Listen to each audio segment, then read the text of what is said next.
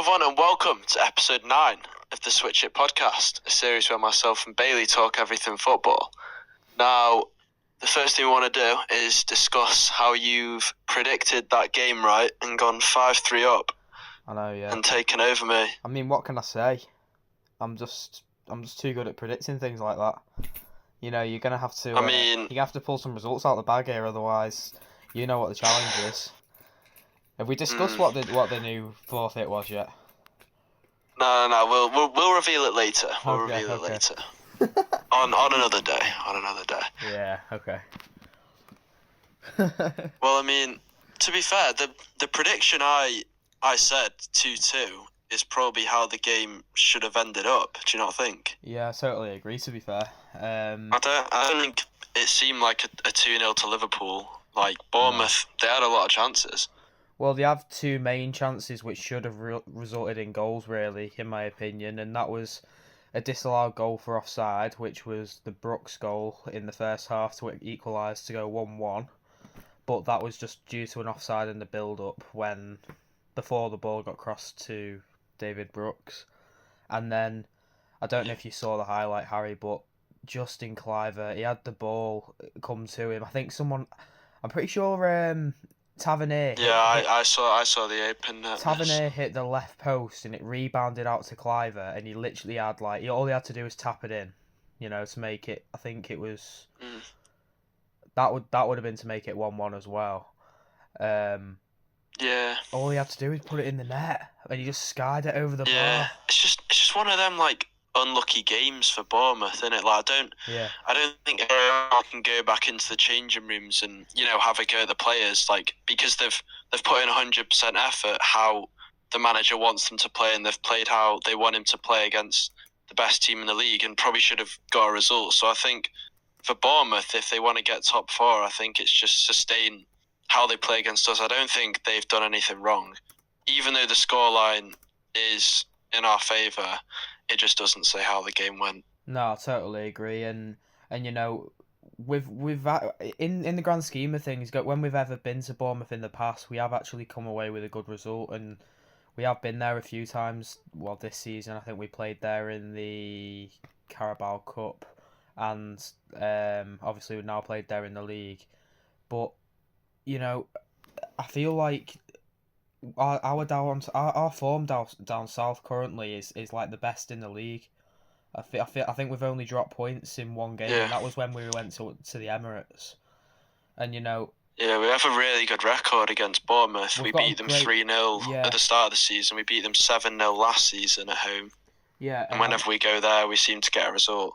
Obviously, our next fixture down south is Plymouth away, and that's on Sunday afternoon.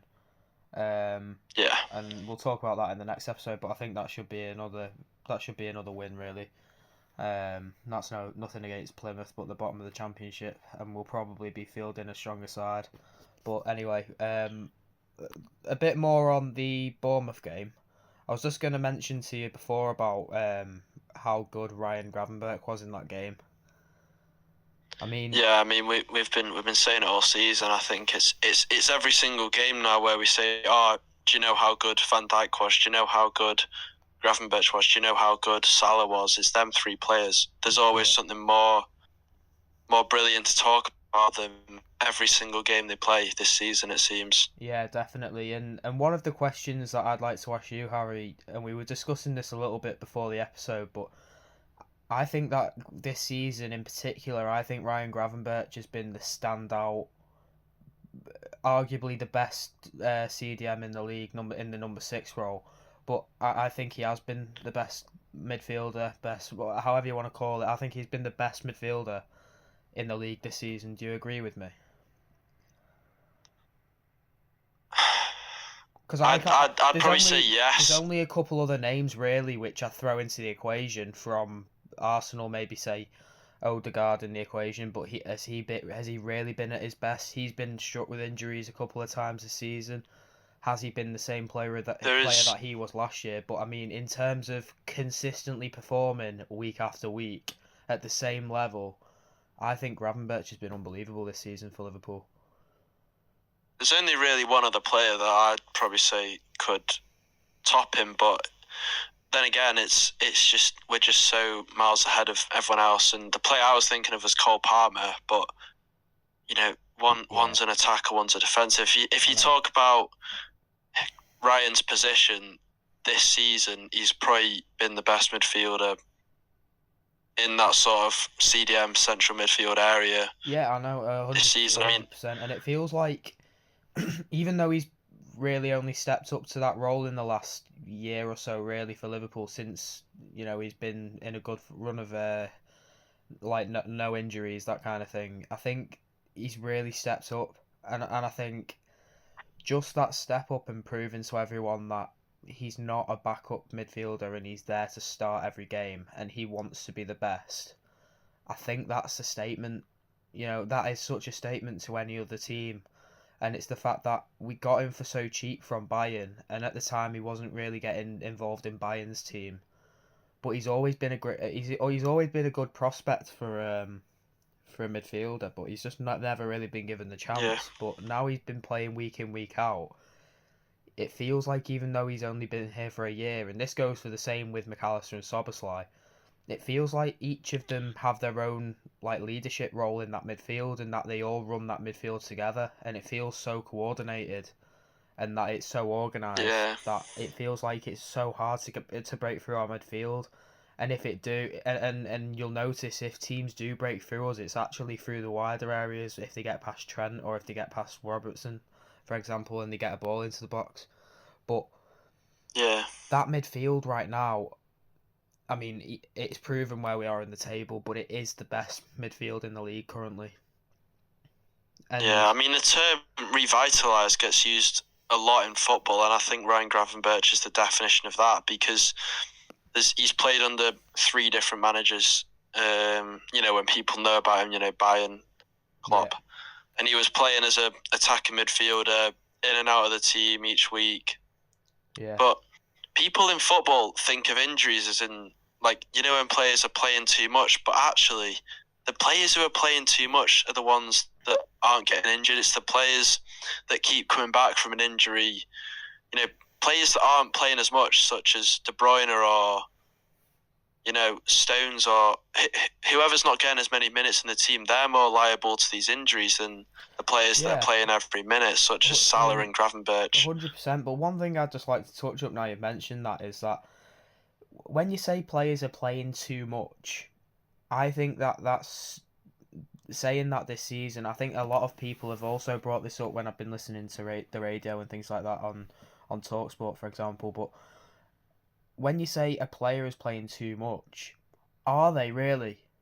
Because these players are getting paid hundreds of thousands of pounds a week to play football, and they're getting the best treatment that they possibly can. They've got the best physios, they've got the best nutritionists, they've got the best coaches. They're getting trained they are finely tuned athletes. So if they're getting they're getting them wages, and if they're getting that kind of care, that duty of care which comes with being a top level footballer, do you not think that there shouldn't be an issue, or there shouldn't be any complaints about players saying, there's too many games in the schedule? Or do you not think that players should be able to maintain a way that to keep their bodies in shape so that they can play 2 games of football a week? Because it's not much. It's 2 games of football. Yeah, I agree with you in some ways. I think they should be better than the average person, because they're there every day. They're doing it as a full-time job, whereas non-league footballers don't. But even with physios and stuff, it. I just think you can do all this training, all this stuff, but injuries they still happen. And I think muscular injuries can be prevented more than, say, for example, a knee or an ankle, just something that happens ridiculously within a football game, like a bad challenge. But it's sort of like when a player, say, for example, let's say Gravenberch, he's got all the, his muscles are all fine-tuned because he's been training all season. Yeah. But then someone goes in heavy on him and he hurts his shoulder, he's out for 2 weeks. Oh then yeah, because by no means. his body's sort of taken a dip and his muscles have gone a bit weaker, then he's rushed back. He goes into a game and his hamstring goes. Yeah, I understand that, but what I'm getting at is like, I mean, I have similar thoughts to you, and there's always like fors and against in this argument, and I understand both sides. But do you not think that for the type of athlete they are, that they should be able to recover their bodies even if the games are 3 days apart? Do you not think that their body should be fully recovered after 24 hours and already training for the next one? I mean, I think recovery and injuries are two different. Because I'm not being funny. You see, two different things. I remember seeing like in the headlines last year that Man City players were coming out and saying, even though they won everything, they were still coming out and complaining, saying the fixture schedule's too compact. Which in ways I kind of understand, but in other ways I think, listen, I don't think it's your place to complain. You're getting them wages to just play 2 games of football a week. Deal with it or don't play. You know what I mean? Yeah, I think a lot of players. I think they should be able to.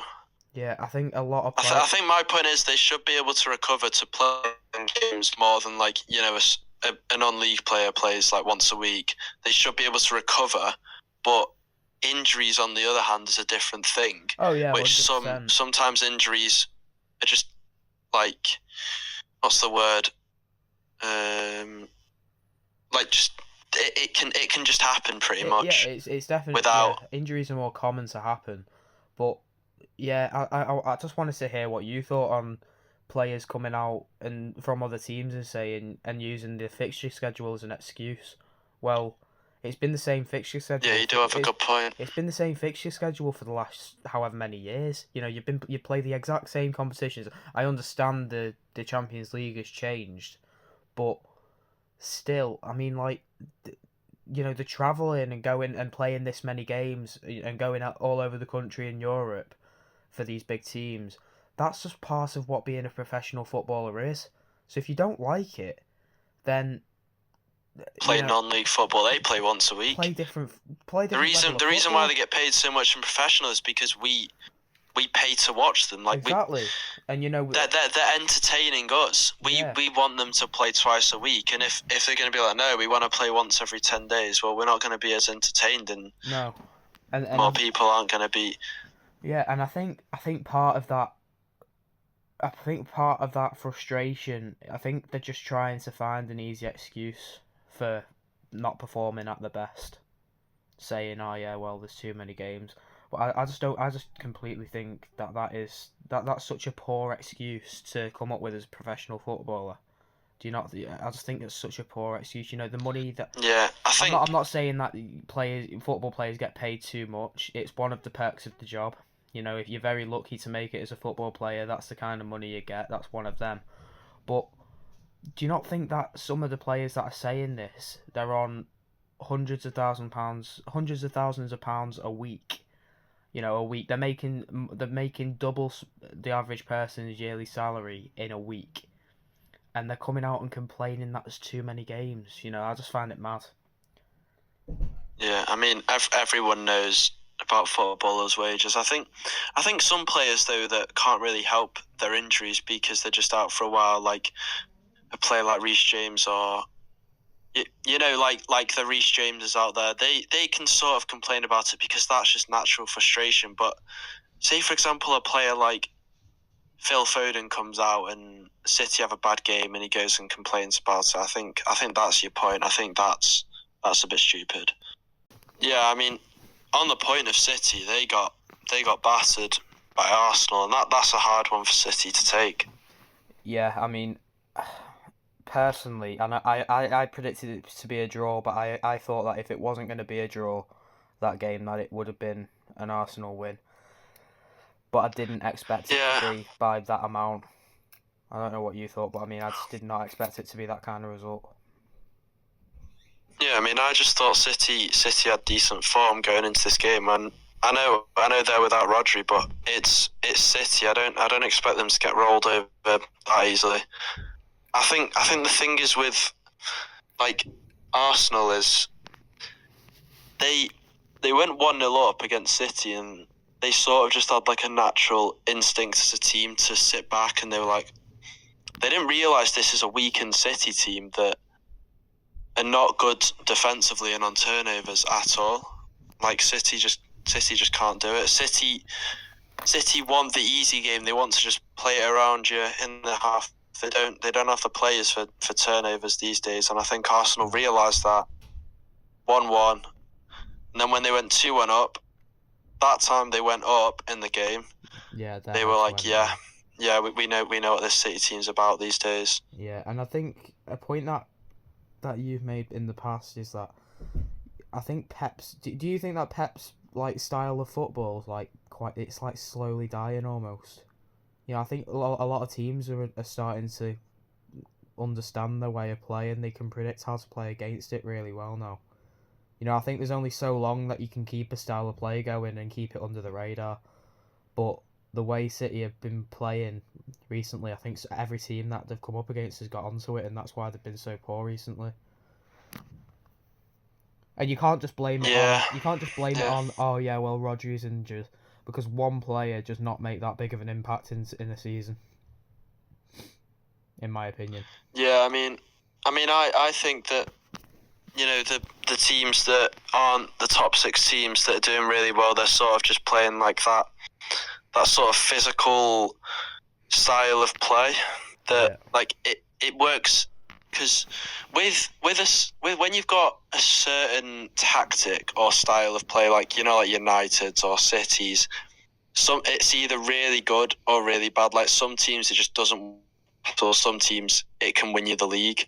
Yeah. But then there's the normal way of playing football, energy, go and win the game. That's all you say to the players, go and win the game. You know, press, and that can work for any team. Yeah, and if you've got the players with the physicality. Yeah, one thing I'd just like to say as well, if you compare Liverpool and Man City right now, I actually think that it's no surprise that Liverpool are top of the league and City are 5th right now. You know, when you look at City, they play only one style of football, and they play that one style of football right to the end of the game. But let's say Liverpool, for example, you've seen it plenty of times this season, and the one result I can think of was at Anfield when we went 1-0 down to Brighton, and Slot actually changed the style of play, and he brought on Endo, and he changed the complete style of play, and we ended up winning the game 2-1. You know, that's the difference to me. I think even though we have our typical way of playing, you know, gegenpress type football, that was how Klopp played, and I think we have still kept aspects of that from Klopp, even though Slot's now the manager. But with Klopp it was just one style of play. Yeah, but I feel like Slot has a type of managerial like prowess almost, that he can change the style of play during a game.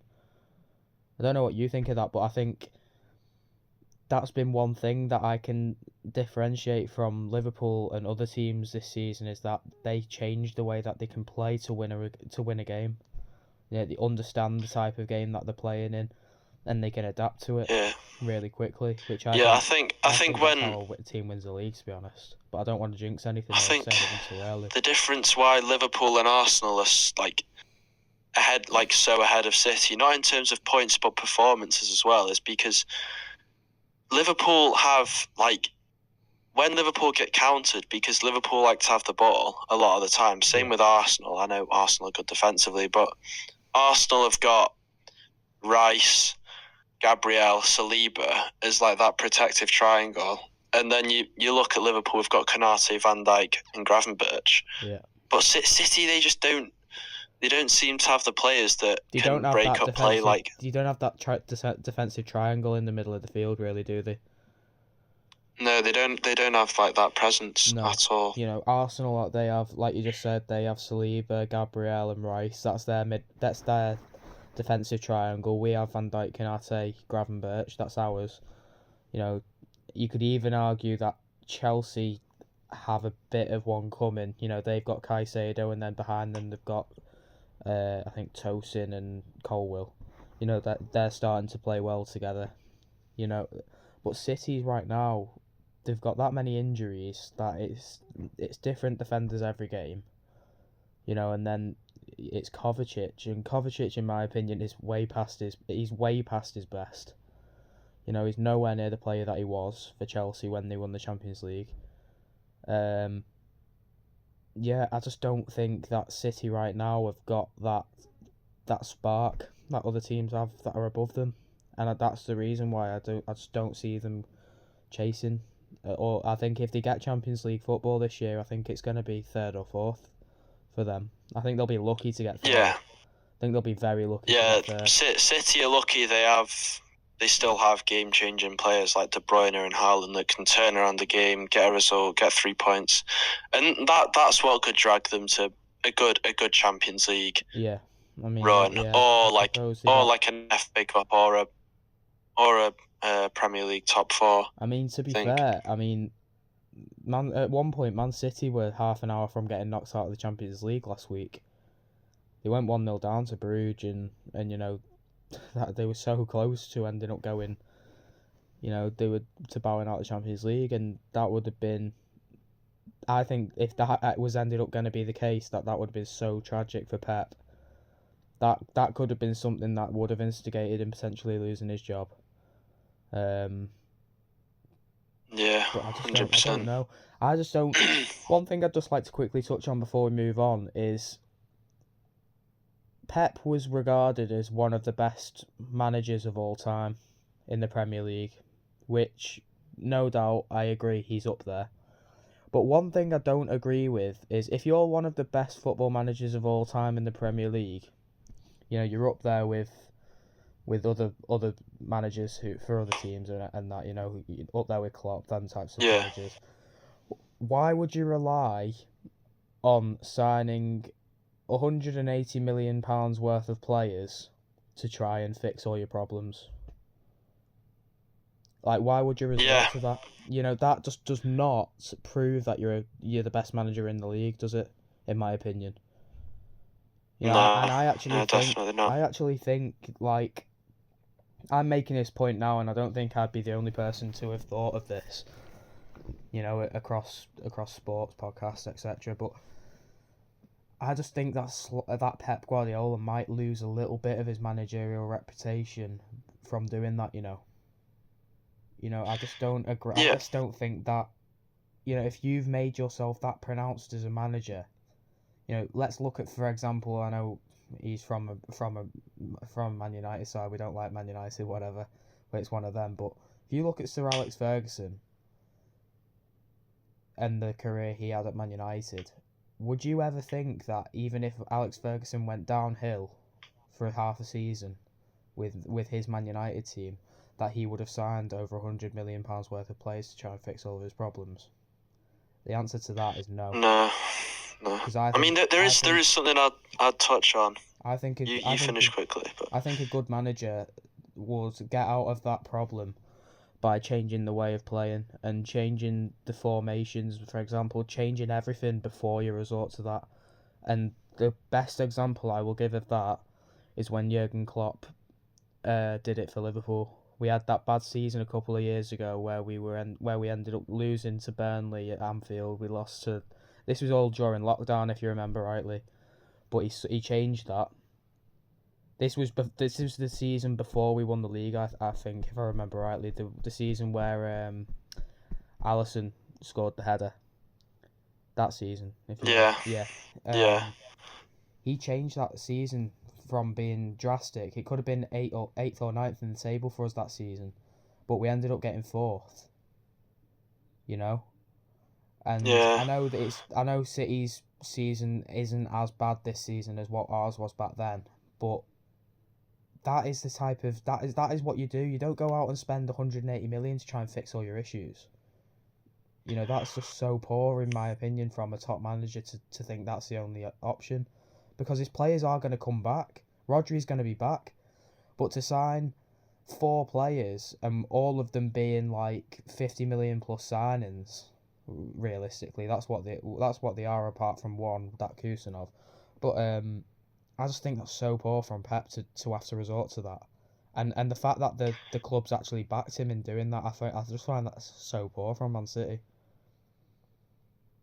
Yeah, I mean, going on from what you're saying, like, questioning Pep, like, if he's that good of a manager, then why is it taking him? He's not even still done it yet, but how long is it going to take him to realise that he may need to change his system? Like, why didn't he realise this as soon as Rodri got an ACL? Because the key to him being able to,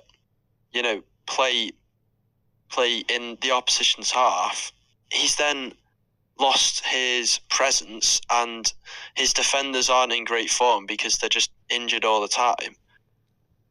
Surely, as a manager, he knows that he can't still play that with Kovacic as a DM and, old little Gundogan and, Rico Lewis and centre-backs that are in and out of the team. How does he not realise that maybe he should think that, maybe I should look at Liverpool's, maybe drop the defensive line a bit more instead of spending 80 million on another striker, maybe buy a cheaper striker, buy a defensive midfielder and keep that same system, or maybe drop my defensive line and play a style of play that Forest play. I mean, Forest do it brilliantly. Like, Chris Wood is the main man up front. Clinical holds the ball up with two fast wingers. He can do that. He can play 4 back, good defensive line, 5 back with Haaland, taking the ball up well and using players like Doku and Savinho out wide as like Hudson-Odoi and Elanga does it. If Forest can do it, why can't? Is Pep I just think being a bit naive? Well, yeah, naive. I think is always thinking that he's right. Yeah, naive's one of the words that I'd use. But I think if you look at Pep in every interview, I think his head's just gone. To be perfectly honest, I don't know what he thinks he's doing, but I think as a top level manager, you need to show yourself as more professional than he has been in the last couple of weeks. Because you look at him in interviews after the games that they're losing, and he's just smiling and he's being really sarcastic and he's finding anything else to just blame it on. I just think that's so poor. From a top level manager. You know what type of person he reminds me of? Go on. People when like when they're not doing as well, you offer them advice, but they deny that advice. They just want to keep doing what they're doing to show that they're right. Yeah. And you're not right. Yeah. But it's obvious what he should do. He can't still play that style of play because they might get some results here and there because of players like Savinho or De Bruyne or Haaland. Yeah. Well, but you can just tell how bad they are. They've been found out ultimately, haven't they, by every team that they're coming up against. And I think Pep has panicked because he was the one who's created this way of play for Man City. He'd been found out, and I don't think he's got anything else. He's not got any more ideas. I think City have played the same way for the last 4 years, and that's why they've got what they've got. League titles wise, it's took so long for teams to get onto it. But I think as a manager, you need to prove yourself. If you're the best manager in the Premier League, if you're classed as one of the best managers in the Premier League, then prove that. Don't just go out and that. I just found it so weird how this January he just went out and spent 180 million quid on players.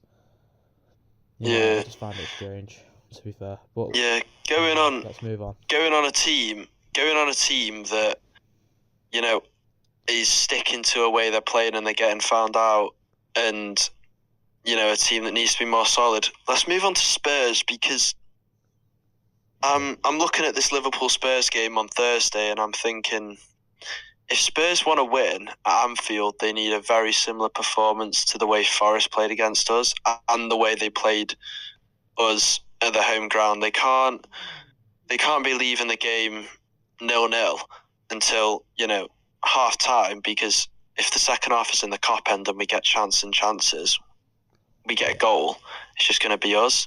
Yeah. They also don't want to go 1-0 down early on.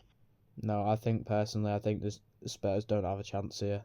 I don't want to sound big-headed as a Liverpool fan, but at Anfield, second leg, I thought personally, I thought regardless of what the result was at Spurs, I think we were always going to win this because we had the return fixture at Anfield. And I think 1-0's nothing. We'll get that goal back really quickly, I think. Yeah. So I think that'll be Liverpool's goal, to get that goal back as soon as possible in the first half, ideally. Yeah. But I think the main amount of scenarios, it's Liverpool. Yeah, I think what Slot will be doing with the Liverpool side, he'll be training them to have the mindset of trying to kill this game off in the first half.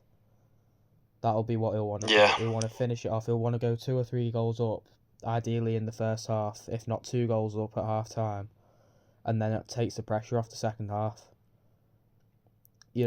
I can't see this game being a struggle and one of them games which drags out and it'll go to pens. I just can't see that. I think Liverpool will win the game.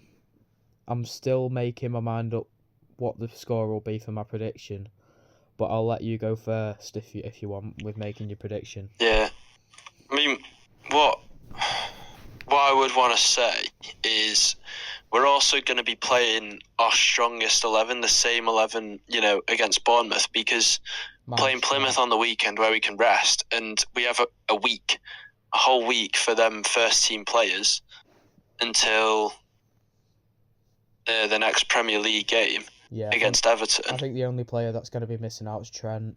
He's just out for a couple of days with a little niggle of an injury. I don't know. Yeah.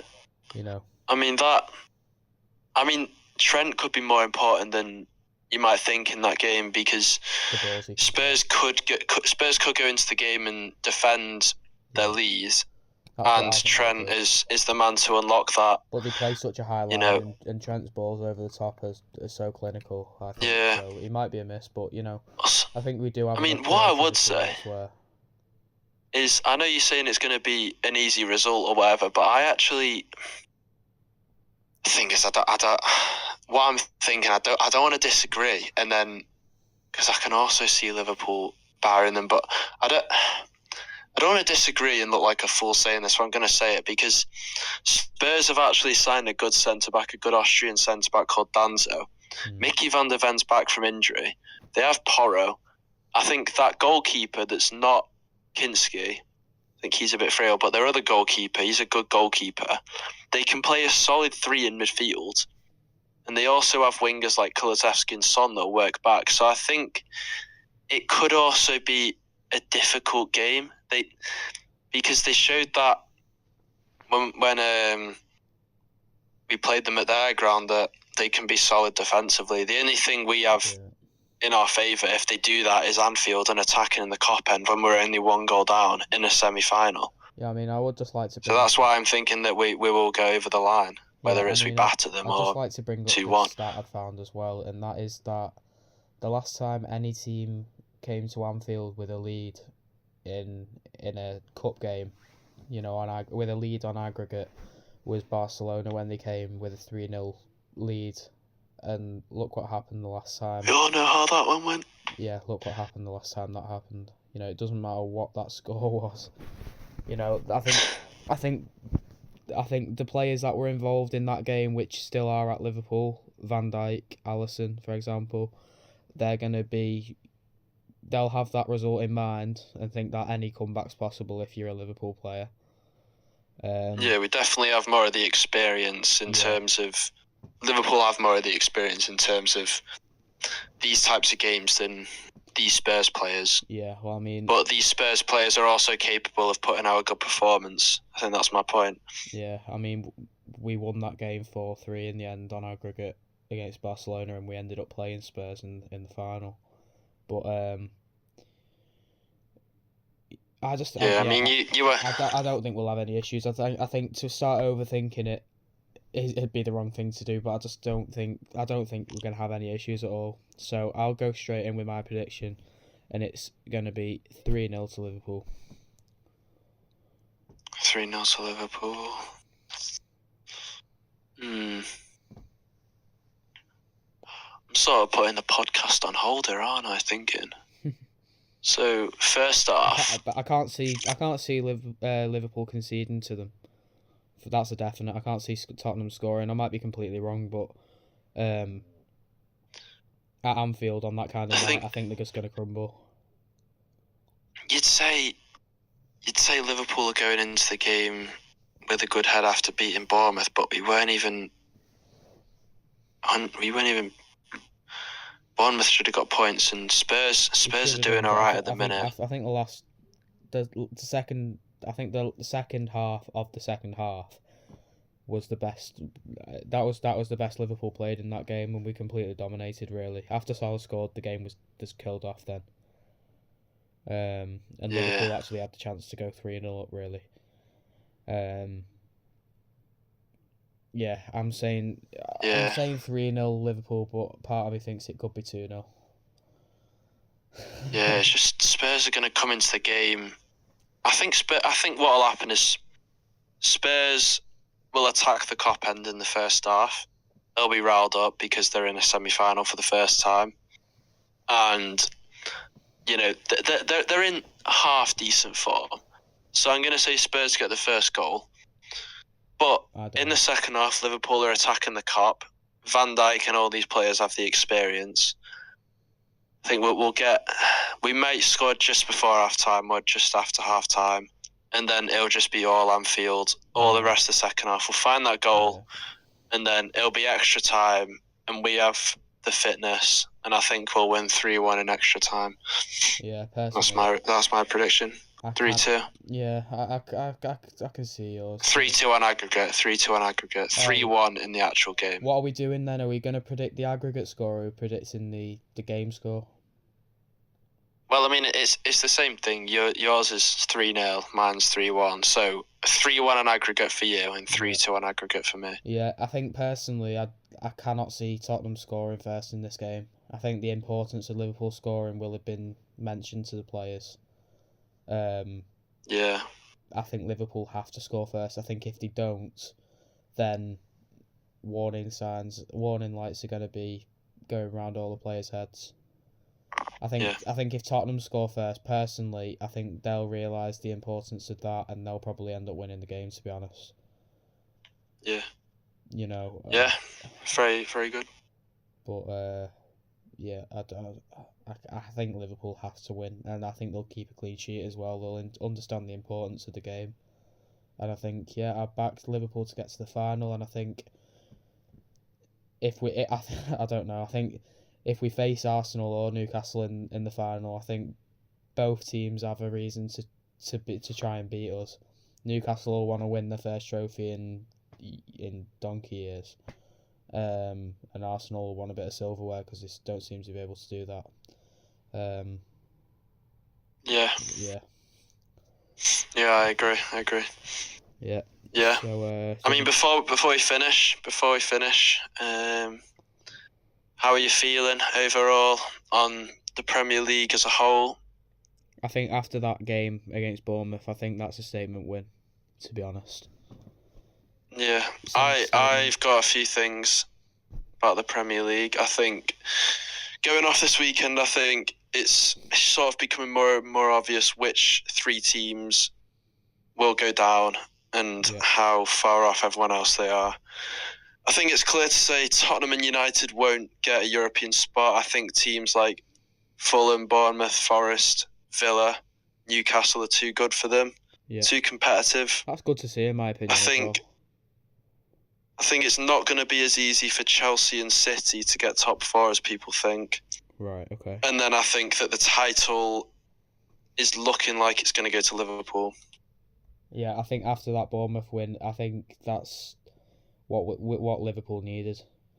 I think if we get through February and we take, I'm not saying we can afford to drop points, because we by no means we can, but if we go to Everton away and City away and we take max points from that, I think it's going to be pretty much set in stone for me, to be honest.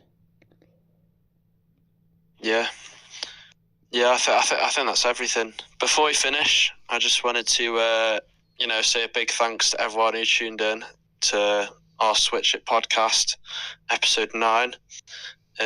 Obviously, this one was a bit longer than the last one. I feel like we had a bit more to discuss, and because we're just starting out, we need them comments coming in from people who are watching, telling us what to improve. Obviously, we have our plan of when we properly start next season, we're gonna have all the big things coming into place. Obviously, you know that to turn on the notification bell when there's more episodes. I think most people know that. And yeah, thank you to everyone who tuned in, and goodbye for now.